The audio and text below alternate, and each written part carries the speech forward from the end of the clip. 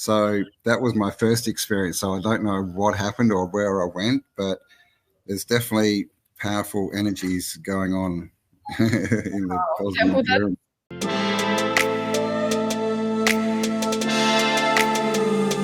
Not only are we looking at, old buildings and old structures since before the reset, but, there's technologies that exist.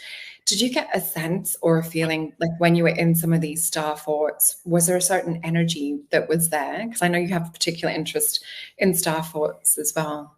Yeah, you can definitely feel they've all got like a very sort of calming kind of energy, if that's the right word. It just feels nice to be there, I think. And we also visited 2 pyramids, and they felt more powerful, but definitely still just that sort of nice, serene, relaxing energy.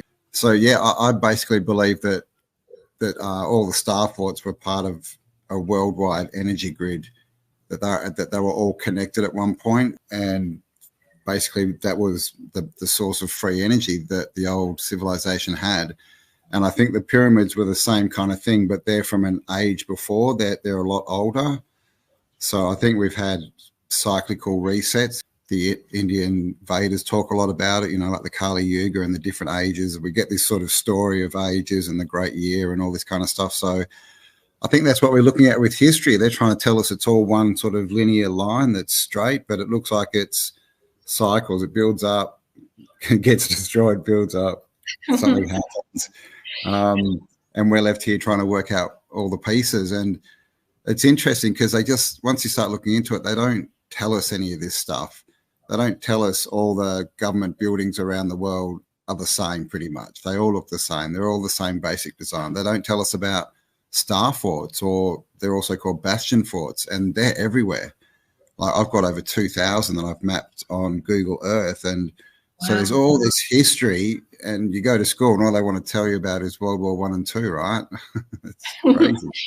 Yeah. And even, being an Aussie here, like our education system's different to like what we'd get taught in Peru. And, we get taught that we come from different places, and we're in like a much smaller kind of sheltered, I guess, history lesson. And I found like in school, we didn't really learn as much about Australian history. What did you find growing up? Were you growing up here in Australia too? Yeah. I've been here my whole life. I mean, we got taught a bit about, the bushrangers and Ned Kelly and this sort of story of, the first people that got here and went out and built all the farms and all this kind of stuff. And, we didn't get taught a lot. And what I got taught, seemed plausible at the time. But the biggest story of history, because like you say, we only get taught snippets. I always was wondering what was going on in other parts of the world. We get told one story of a piece of time in history, but there's a whole world. Like there's stuff going on everywhere, and I could never work that out. And I always knew there was answers in history. I was just drawn to it from a very young age, and as I got more and more into it, it just fell apart more and more, and I just started realizing it's just all made up. I call it his story. Yeah, right? It's just a story that's been made up. And I think that's the best definition.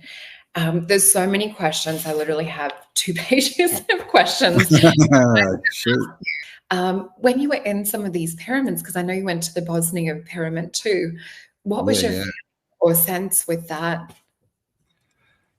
Well, the tunnels, the Pyramid of the Sun in Bosnia, they've done lots of data, recorded lots of things of people with different ailments going in and getting cured. Like one of the most common one is asthma. People with breathing problems go in, and they sort of go in for a couple of hours every day for a week or so, and they, get healed. Not, maybe not totally, but they definitely have improvements in that time. And so when you go in there, you can definitely feel it. There's meditation chambers in there, and you can go and meditate. But the first time I went in with a couple of other people, and we all sat down together and, started meditating. And then for me, I basically opened my eyes, and the people I came in with were gone. And I was like, oh, wonder how long I've been in here, and walked out, and the people I'd gone in with were sitting down having a coffee, and we sat down and had a chat. And then I went, I wonder what the time is. And we went in at just before 11 in the morning, and I checked the time, and it was 6 o'clock at night. Oh I'd my been in God. there for 7 hours, and I thought it was like maybe half an hour, maybe an hour. I'd sort of, and they said that when they got up and left, they were yelling at me like, "We're going," and they said I just didn't react. So that was my first experience. So I don't know what happened or where I went, but there's definitely powerful energies going on in the Yeah, Bosnian well, pyramid.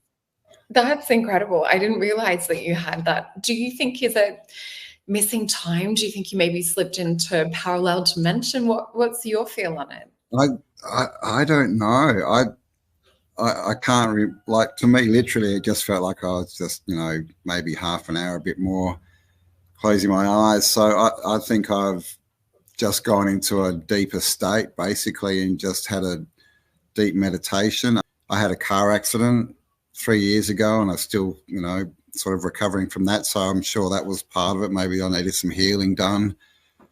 But yeah, like, as far as the time, yeah, I don't know. I think I was just sort of locked down and charged up or something. It was sort of like, you got to stay, and it just pumped Wow. me full of energy. So yeah, that was my first experience, and the first time I saw the pyramid, it had a rainbow that went down and landed on the top of the pyramid. That was the first time I saw the Bosnian pyramid too. So it was pretty cool. It's a very special place. Like, when you go there, everyone's just very chill. Everyone's really friendly. Like, you sit down, and an hour later you've got new best friends. It's a very special place. Yeah. Yeah. Oh, that sounds incredible. And I remember seeing that photo, just thinking, it looked enchanting. It looked like you were it's like two realms. So did it feel a little bit like being between, two worlds, or, looking behind the veil? um it felt like,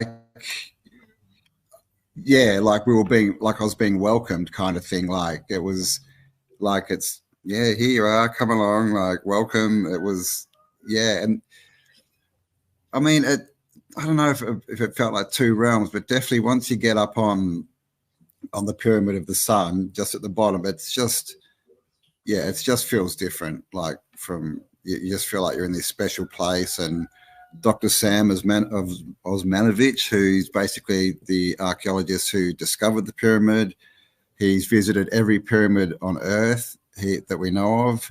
He's basically the top pyramid researcher, and he discovered it, and he's basically bought the land there, but because the government, didn't want to back it or anything. And he's built amazing stuff. He's built a big park there, and there's meditation circles, and there's all this really nature-based. It feels like, the first time I got there, it kind of felt like I imagined the feeling would be in, the hippies, 67, 68, where it's just all this free. No, not everyone was on drugs or anything, but it was just this feeling, right, of Yeah. this, I don't know, this change, something happening, the right people coming together. So it is a really special place. So if you get the chance, guys, go and check out the Bosnian pyramid in Visoko.